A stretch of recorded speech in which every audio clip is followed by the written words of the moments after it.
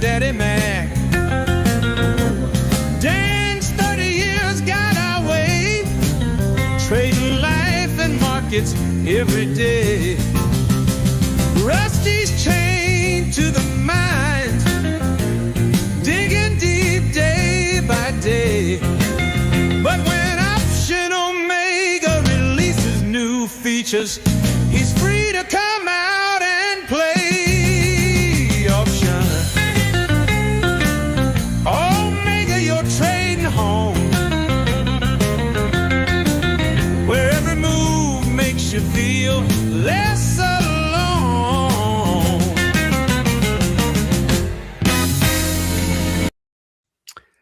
Good morning, everybody. Happy Friday. Gentlemen, how are we doing? We got a special guest on the show today. Sure do. Yeah. I introduced you. I came. I conquered. I brought Rob. Rob brought me. I'm at his house. Rob, an honor to have you here today.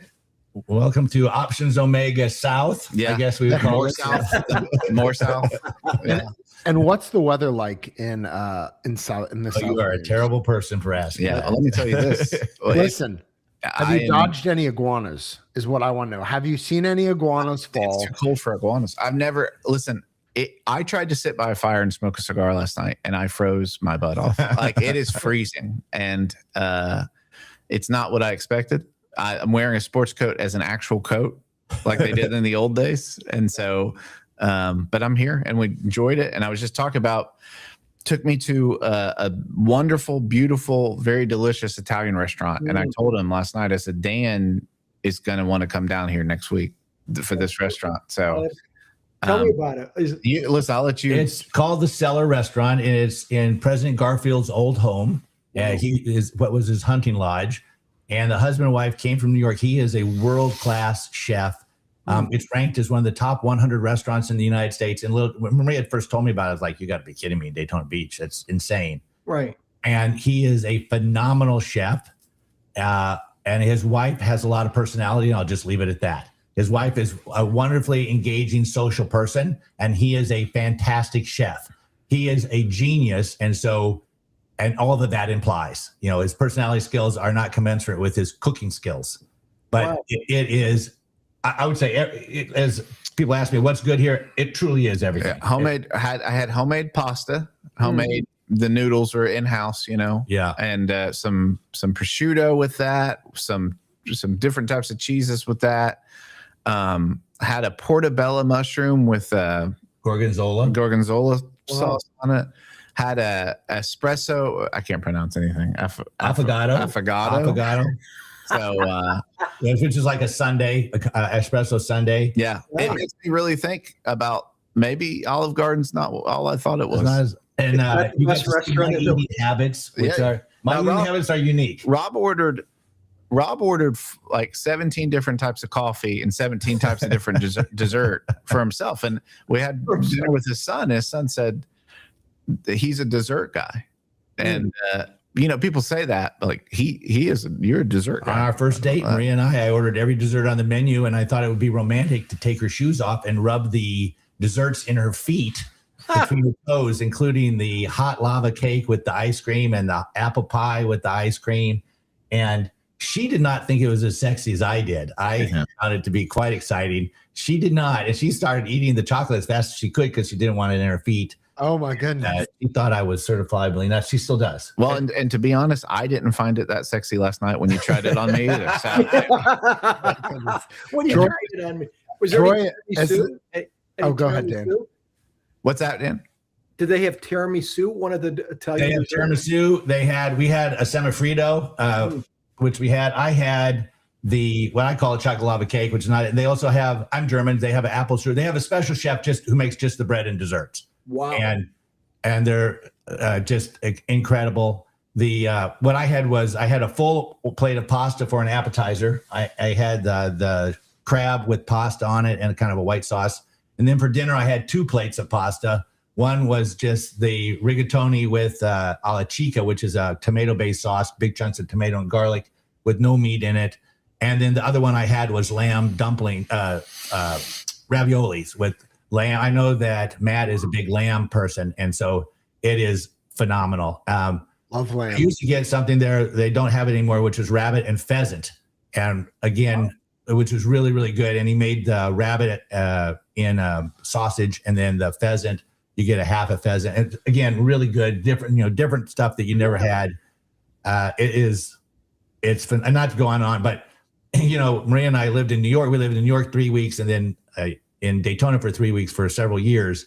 And I talk a lot and I write a lot. So I started taking pictures of her at restaurants and writing these long restaurant reviews. And I have 54 million viewers now what you call it, 54 million views a year of these restaurants. And we don't do them anymore. And I'm still in the top. I used to be the top 1%. I think I'm still in the top 5% of Google reviewers. My son keeps saying I ought to monetize that. Yeah. We're supposed to be talking about trading, though. No, well, let me It's okay. one more thing about Daytona. Can I ask one last question on the food? Should we tell them where we're going today? I'm on Dan's question, then I want to talk about it. Yeah. Oh, did they have, this seems incredible variety of food.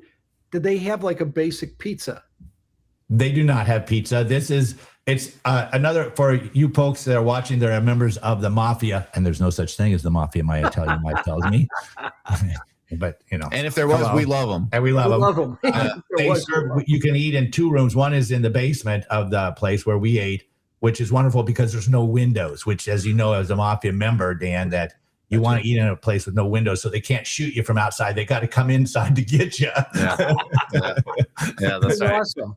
Yeah. So I did Rob and Maria's show yesterday at 3:30, and on the show live, they announced where I'm going today, where they're taking me. And I did not know this. Rob, where are you taking me today? We are taking you to the Daytona Beach. I'm going to see if I can get up here. You'll have to get Matt to look at. He won't. Yeah, you have to. Oh, this is order. This is order complete. The order We're for going to close that. There we go. We're going to take him to as you can see here, the best experience ever. We are going to be driving on the beach. I don't know if you're sharing. Are you sharing? sharing your screen, Matt? Can you see that? I can see it. It's backwards, but we can see drive. Yeah. Something driving. He's taking me on the NASCAR driving thing. I'm going to get drove by a NASCAR guy. We're going to be riding in a NASCAR car. I got to get this thing back up. We're going to be riding in a NASCAR car at 180 miles an hour. And I think we're doing, or 200 miles an hour, we're doing 6 laps or something like that around the Daytona Beach, the Daytona Speedway. For those of you who don't know, next week we're going to be having the Daytona 500. Welcome on, welcome one, welcome all. It's already sold out, and we will get 250,000 race fanatics here for an entire week. But this week on the racetrack, going around at 180 to 200 miles an hour. How neat is that? Processing image. Yeah, I'm trying to. I heard a rumor that there's actually a picture of Troy already doing this. I'm trying to see if I can get it to work. We do have a picture of Troy in the It's not working, but shoe closet next to the sign. He's pointing to the sign that says "One shoe can change your life." Signed Cinderella. Okay. Well, can you guys see that on the screen? Is this it? Yeah. And that's where I was telling you. Maria's friends with Rick Hendrick, who owns Rick Hendrick Cars. And, oh my goodness. She buys his Corvette. He sells the Corvettes directly to her. He likes her because she was asking for full money on her trade-ins, and the manager of the store in North Carolina said, "No, we can't do that." The head store, and he was walking by. He said, "What is that?" They said, "Well, this lady's trying to get a full price on her car for a trade-in." He said, "Give it to her." They said, "Why is that?" He said, and he called her and he said, "Well, it's because you have carpet in your garage." Our car. Maria's a car nut, right? She changed the engine in her 68 GTO when she was a kid by herself. You went to look at her, you would think that was not her skill set, but that she's a car nut, and she carpeted our garage. I'm not exactly sure why. A lot of things girls do, I don't understand, but that's one of them. Shoes is another one I don't understand. Well, listen, it's one of the mysteries of the universe. What we're gonna do, Rob. Another mystery of the universe here is 100-point turnaround overnight. What markets do, and just take a little gander here at the ES. Yesterday, it's been a rough start to the year for some people. I've been trying to just put the phone down after the market, and I was working and looked at the market and saw, we've gapped down 40 points right after Yeah. I guess, somebody big had earnings, and the earnings did their thing, gap down 40 points, and we kept gapping.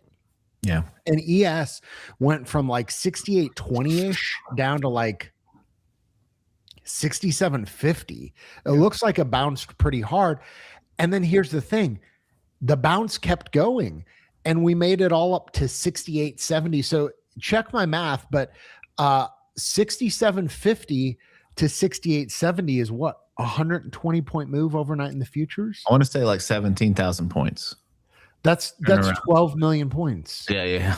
Have you guys seen the movie The Social Network? There's this scene where the Mark Zuckerberg character, played by Jesse Lex Luthor, I can't remember his Eisenberg, is that his name? Yeah. And he portrays the characters, not the nicest guy in the world. And I don't know, I've never met Mark Zuckerberg, but there's a scene in which he's in the courtroom, and it's a very basic math thing, and he goes, hang on.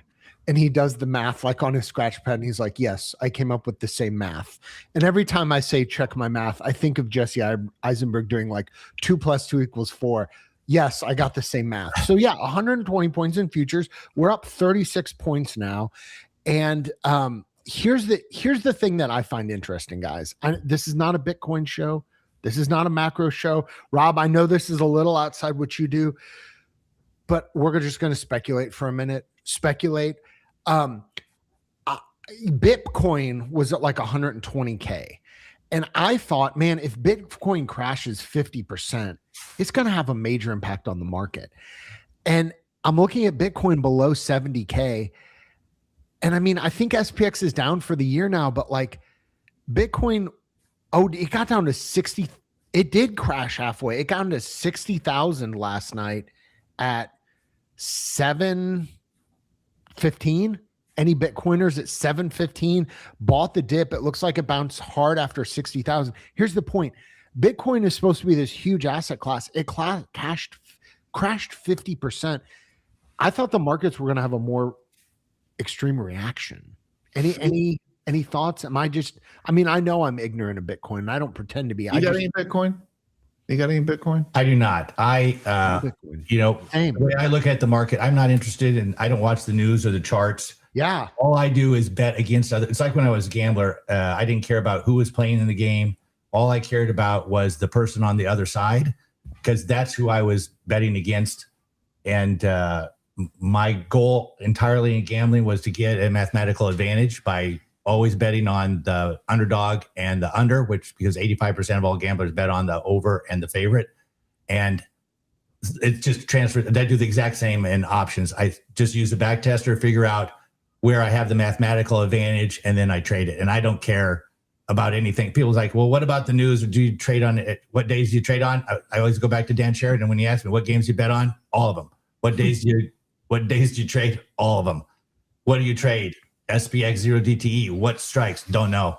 I don't know. The robot puts it on. It's whatever the mathematical advantage is. Well, how are your trades different from last week? I don't know. I just run options Omega. It tells me the 200 best trades out of 7 million that I backtest, and those are what I trade. They say, well, that'll never work. Blah, blah, blah, blah, blah, blah, blah, blah. I say, well, it's up to you. I get 100% rate of return. So if that's not good enough for you. If you got a better way, by the way, let me know. Yeah, right. But that's all I do. And then I do these. I do the naked puts in the queues, but I only use 30% of my buying power. And I always do the same thing for 6 years, which is just 45 to 60 days out. And I do 12 delta, and I close at 25% profit. And I will roll them down and out if it gets within 250 points of me. And that's about twice a year. So all I do is pray for down days, right? The last 3 days have been the greatest days ever, right? Everyone else is in a panic. And I used to be there. I used to be there 60% buying power, 70% buying power. My buying power double. I get a call from tastytrade. We need $2 million. You got 30 minutes, right? Oh, Peter calls you. Hello. Yes, Clink, Captain Clink from the Hogan's Heroes. Great guy. It's who you know, I guess. We interviewed him.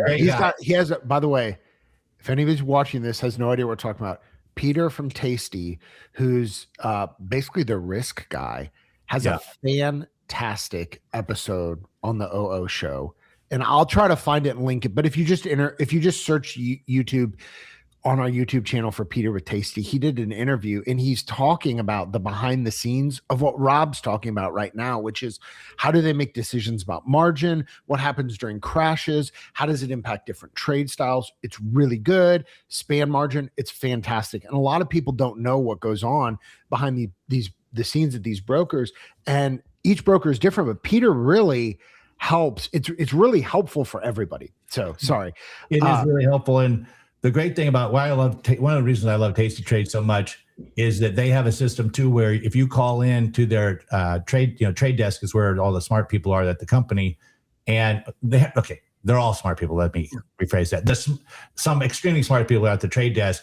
If you get to one trade desk person and you like them, you can tell them, and they will always route their call to that person. Your call to that person, even if they're at home. Oh, I didn't know that. Wow. Yeah, and so like ours is Marty, and then Quentin is our backup. So if a lot of times these guys work from home, and so I'll call into the trade desk and they'll route it to Marty wherever he is. If he's in France taking calls, that's where they'll route it to. And if he's not available, they'll route it to Quentin. And if he's not available, then it routes it to the regular trade desk. And then what you can do is you can ask, well, look who walked in the room. It's Maria. How are you doing this morning, young lady? Great. Here, How you are sit, you guys? you sit here. You sit here. Oh, no. Yeah, come here and sit down. Say hi. Good morning. I'm surprised to see you up. Good morning, What, you Maria. about the market this morning, huh? No. Did you trade last night? I couldn't go to sleep, so. You didn't? What's going up? What's there to worry about? That's right. That's right. Oh, it's going to go back up. It's just numbers on a screen, Rob. Just That's numbers. right. That's what happens. Yeah. Listen, would you guys be willing to look at a back test? Would you like to see? a back Sure. test? Let's let Troy slide in here. Troy, come on in here. Yeah, Troy. You It's a want party. You're more important than Listen, I am, Troy. No. Well, here's what I want to talk about. Is I have just felt Hey, anecdotally. If I could interrupt you briefly, Maria has never interrupt. done a back test. I don't know that she's ever seen options Omega. So this is a great opportunity for you to show a newbie what the thing is all about. Here we go. I've heard anecdotally that a lot of people are really struggling right now with mechanical trades. And the time period for that is maybe the last 2 months, I would say, is just kind of anecdotally. Just again, I don't have a metric for this other than what people have told me via email or seen post in Discord that people are struggling right now. And so yesterday, was that yesterday, Dan? Yes. Dan and I did a 0DT trade that's actually crushed it in like the last 9 months to a year after a really slow period. And so I thought today we'd look at a completely different 0DT trade and check in and see how it's doing. So we've had this one on the show many times, the McRib, and it looks like we last had it on the show in October, and I have not looked at it since then, but at least on the show, and I actually haven't looked at it since then until this morning, to be honest with you. But I kind of got this little file and check in on these things from time to time. And so what this is, Troy, do you want to explain this or you want me to? I literally can't read it. We have a very small.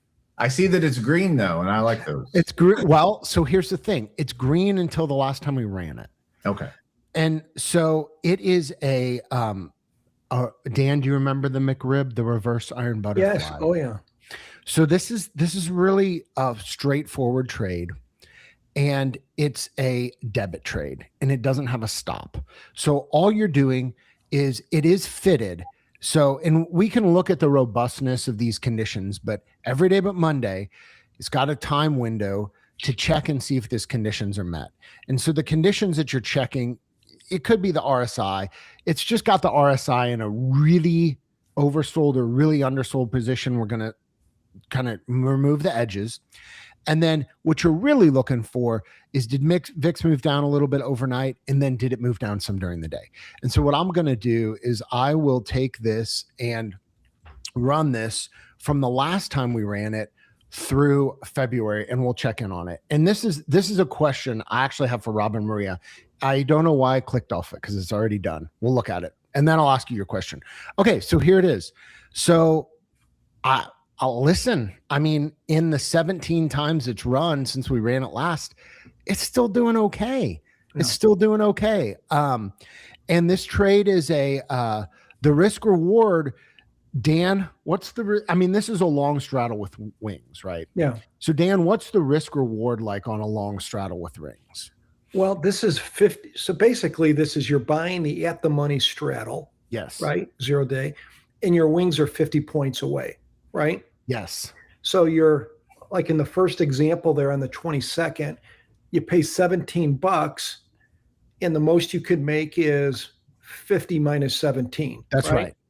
So $33 or double. And I mean, the good, the bad, and the ugly. The bad is it's negative theta, more than a typical Rick, because you're buying at the money. Yeah, we can model it out here and look at it kind of in real time. So this is what it looks like, right? You got it. It's the old, you got to move. Yeah, which the parameters are, you'd rather do something like this in one of two situations. One, the vol's dropping, or this is a little more risky, but you can do it.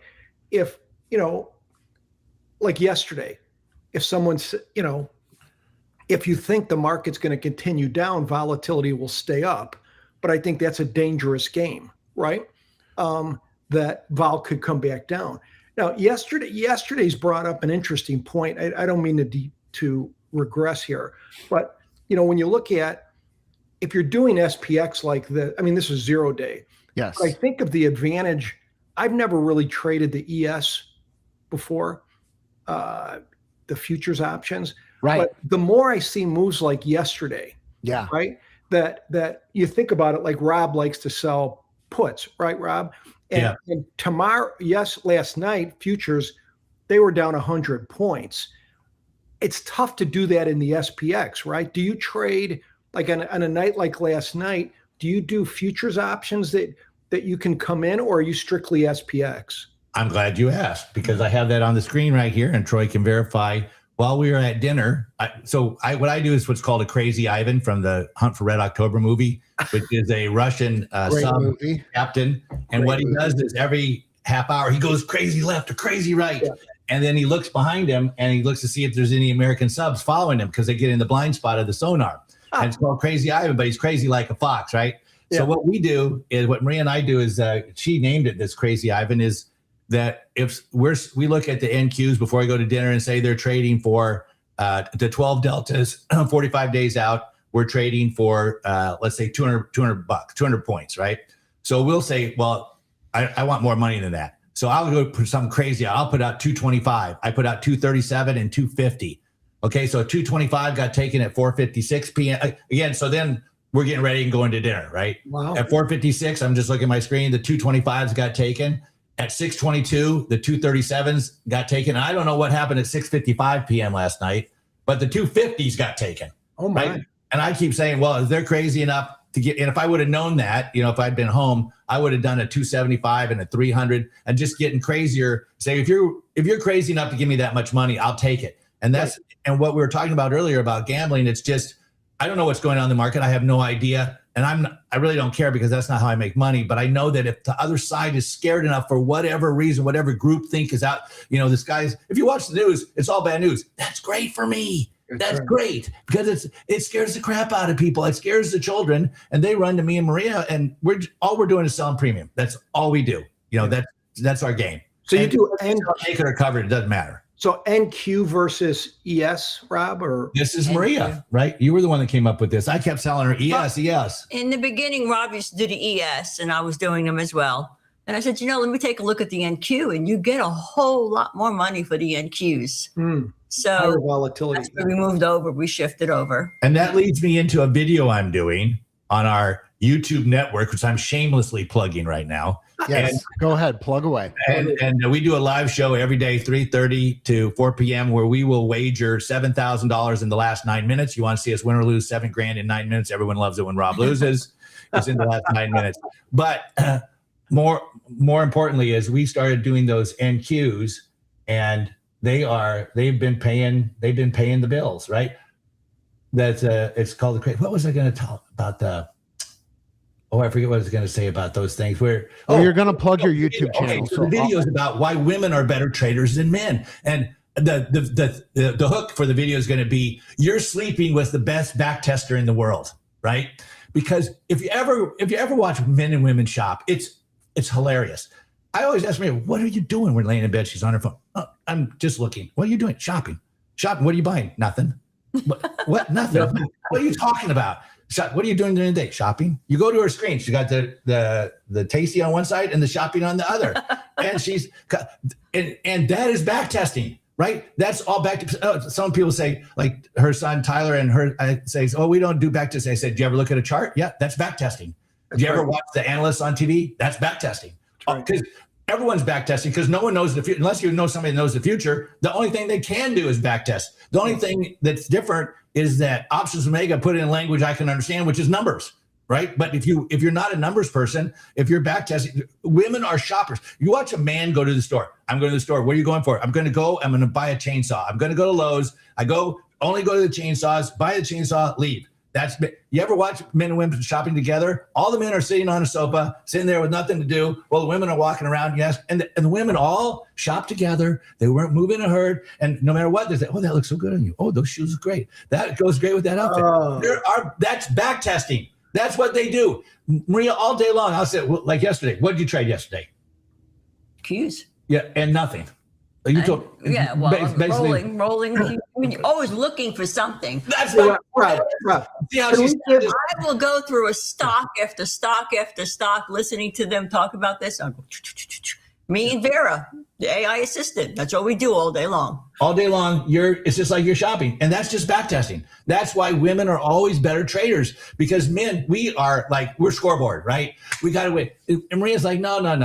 That's not how you do it. It's women take their time. They're not interested in winning today. I look at my P&L today, right?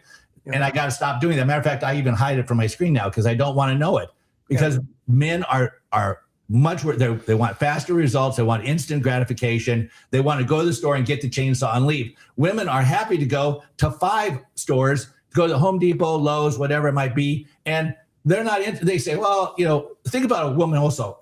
And again, I know men and women are the same and everybody's the same. And I get it. Okay, fine. But I'm old, so I get to say this guy. Men and women are not the same. I've had kids and I got grandkids. This is going quickly. We've covered a lot of territory on this. Things. In our house, Maria has to know what's in the refrigerator. She has to know what's for dinner for the next 5 days. She has to order it from the grocery store. In the old days, we went to the grocery store. Now the grocery store comes to us. But the point is, she has to plan out all that stuff. And you know what I do? Every single day, I have to eat at 6 o'clock.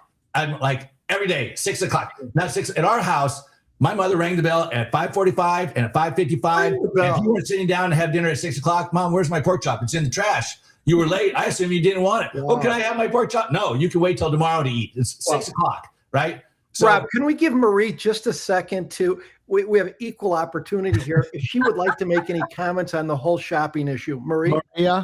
The shopping is Can I get to the microphone? Oh, sorry. Shopping is just planning.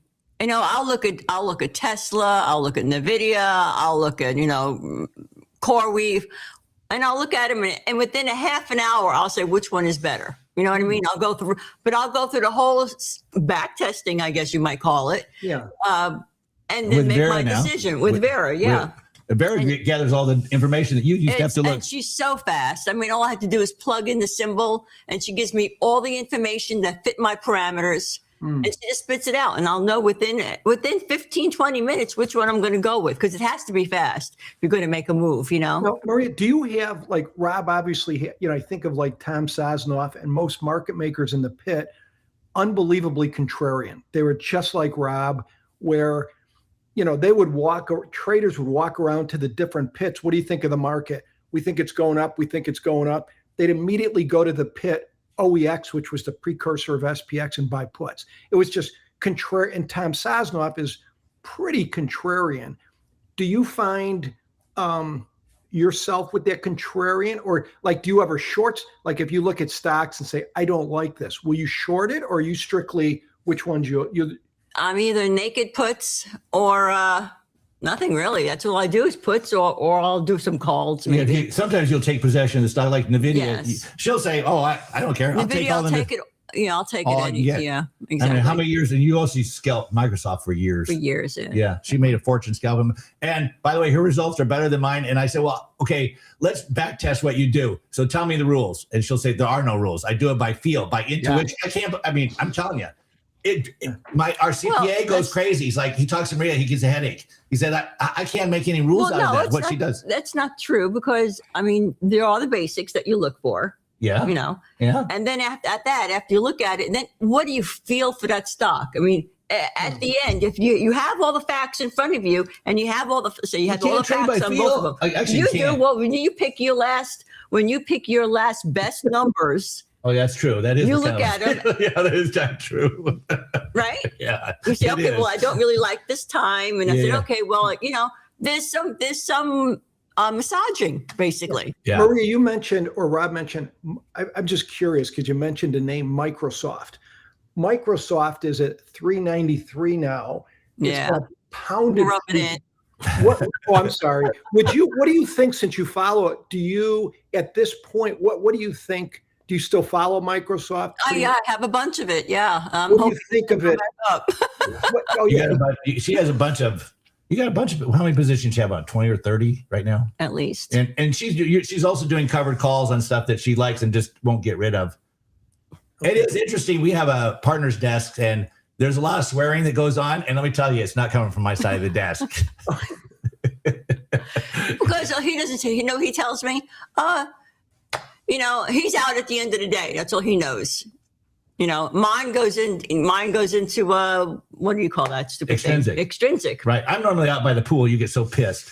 She'll come outside. Don't just lay out here all day. You know, you should be trading. I hear your stocks are going crazy. I said, it's options make That's the one thing good about the puts, though. I mean, you know, with the zero DTE, you're done. If you lose, you lose. There is no extrinsic for you. Right. That's the bad side. Yeah. I look at the extrinsic as a little savings account. Yes. That if everything goes right, they're going to give me my 401k. And you like down days, right? Because you get to go in and everything's on sale. I like down days. I do. When I get my few cues that I need, then I want it to go back up. Do you like it? Do you like it when Christian Louboutin shoes are on sale? They never go on sale.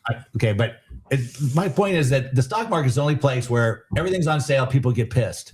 Right? Yeah. The stock market's on sale the last couple of days. Oh, I'm crying. It's down. It's down. It's on sale. Hello. Yeah, buy some. Have you ever heard of buy the dip?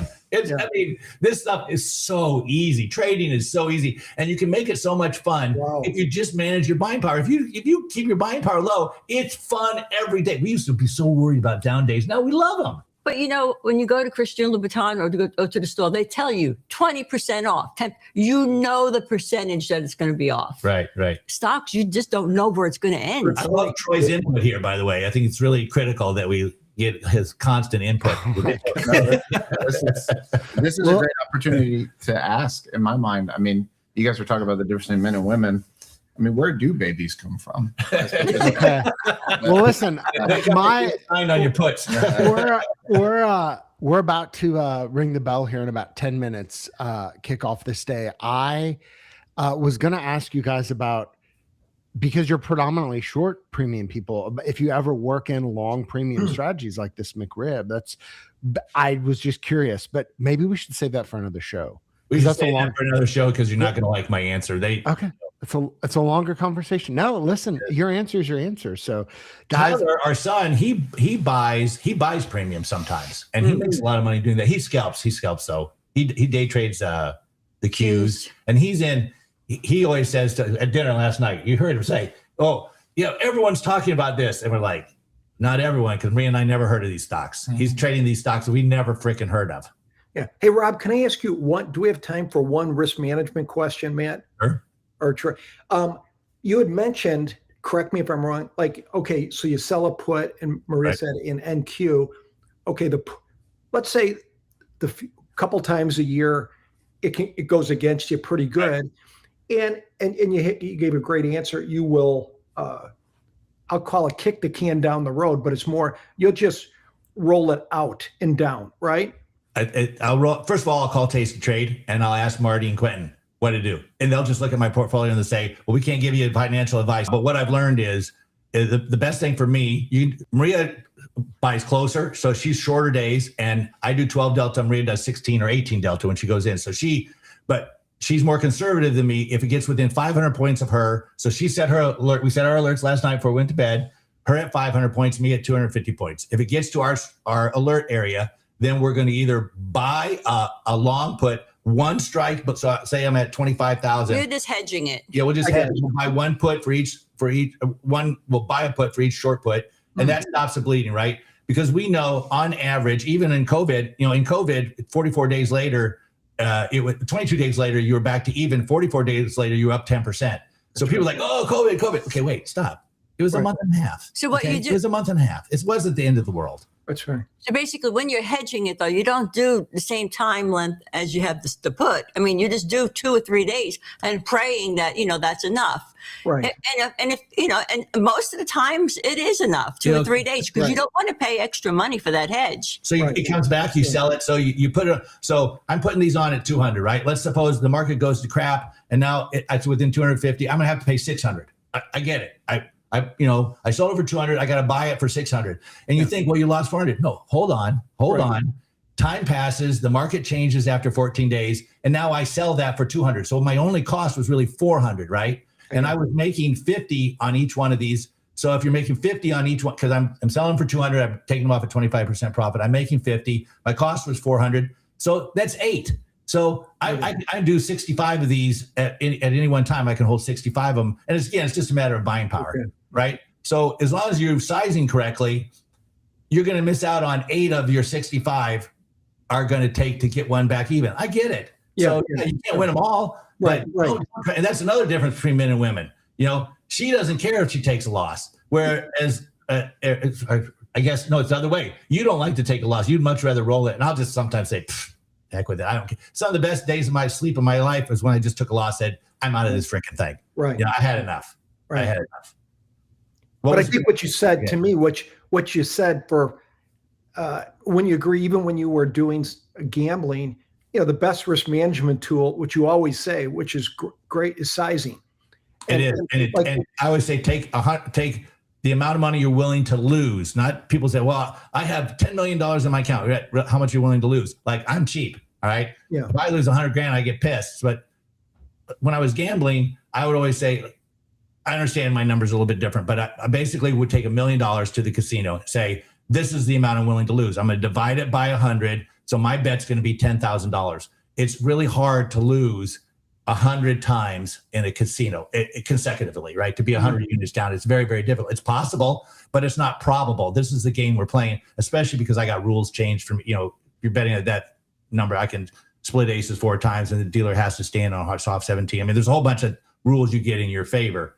And the same thing applies with the or I call it gambling, but options is as long as you have a positive expected value from your 7 million back tests through Options Omega, then you just want to keep putting them on in small little bits, small, always small. Right. And so, the reason I don't use MNQs, which is 1/10 the size, is because the commissions kill you, right? The commissions are too big as a percentage of the trade. But if you have a small account and you want to try it, to do what we call the crazy Ivans, you can do it in the MNQs. I wouldn't advise it. I tell people, if you don't have $100,000 that you're willing to lose, I would not do naked puts. I would put credit spreads, right? Just cap your loss, lower your buying power, cap your losses. And there's no shame in that. There's no shame in that. In fact, why not just learn by doing crazy Ivans and just when you put them on, cap your loss, right? Just try it. It's fun. At least then you're in the game. And they taught me to drive, we went to driving school, right? And I got straight A's in driving school. We got out, got behind the wheel, guy goes, get on the freeway. I about wet my pants. It's a whole different game when you're playing for real money, right? When it's real bullets, it's a whole different game. That's right. And paper trading, I tell people, say, what about paper trading? I said, waste of time. Mm-hmm. Waste of time. You got to do real bullets. You got to do. Because in the back of your mind, you always know it's paper, and you're like, I'll just put it on anyway, see what happens. That's right. I'm going to do one other commercial is always trade with your spouse if you can. Then how many times have we heard the story, guy's trading on his own, loses a bunch of money, got to go to the wife and say, I effed up, and the kids are not going to be able to, pick 3 of the kids are going to be able to eat and 2 of them aren't. And, we don't want that. So Maria and I trade together. We're very supportive of each other. We call each other stupid a lot, but but it is great to trade together. And that way there are no surprises, right? And lots of days she's down and I'm up. Normally you're up and I'm down, or you're up and I'm way down. But the idea is by trading together, it brings us closer together, and it's a great part of our life, I would say. With the 0 DTE, you know your outcome that day. Instant, With yeah, me, minimum. you don't know. You Yeah, know, it's right. just like it's floating. It's constantly up Because and down. with hers, it just goes over to extrinsic, what she calls her her savings account. When the market comes back, it comes back into her P&L, which is her checking account. And that's how we look at it. That's why we're never, one of the things Troy says, I just came to see if it's true that you guys really don't care about losing 20,000. We said, well, we're really dealing. Again, back to the casino. I say to the casino, man, that guy just won $1 million. He said, no, Rob.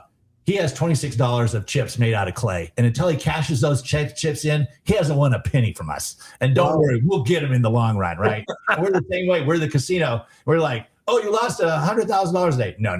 It's over there in extrinsic. And we're going to get the sons of bitches because we know the expected values on our side. We're going to get them eventually. We may not have gotten them today because it's a down market. And here we are. We're getting them back today because it's just the way it works. It's simple. It is simple stuff. They're just giving money away if you want it. But the whole key again is that buying power. I can't stress that enough. Right. Right.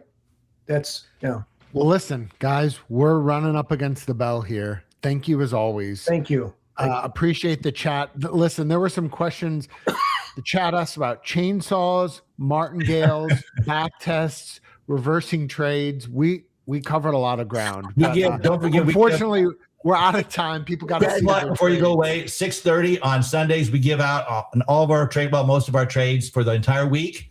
And so if you want to follow along with us, we have a $30,000 account challenge. We give out 6 trades for every single day we're going to put on, including the 7th trade, which we call the Gambler Special at 13:51.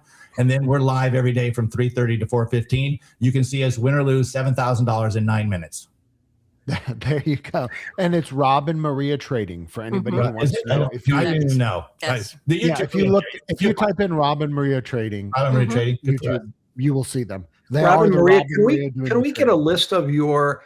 I'm just thinking to myself as I hear what you guys do and everything. If I had maybe half the energy that you do, can we get a list of your vitamins? What's your daily vitamin stack, please? We don't take vitamins. I'll tell you, I eat a lot of Italian food. Let me tell you. I It's a good 50 pounds on keto. I cut out all the starch and stuff. So they got to go. Oh, they cut me out. Up there. I didn't cut you off, but the market's cutting you off. So okay, guys, thank you. Chat, everybody, take care.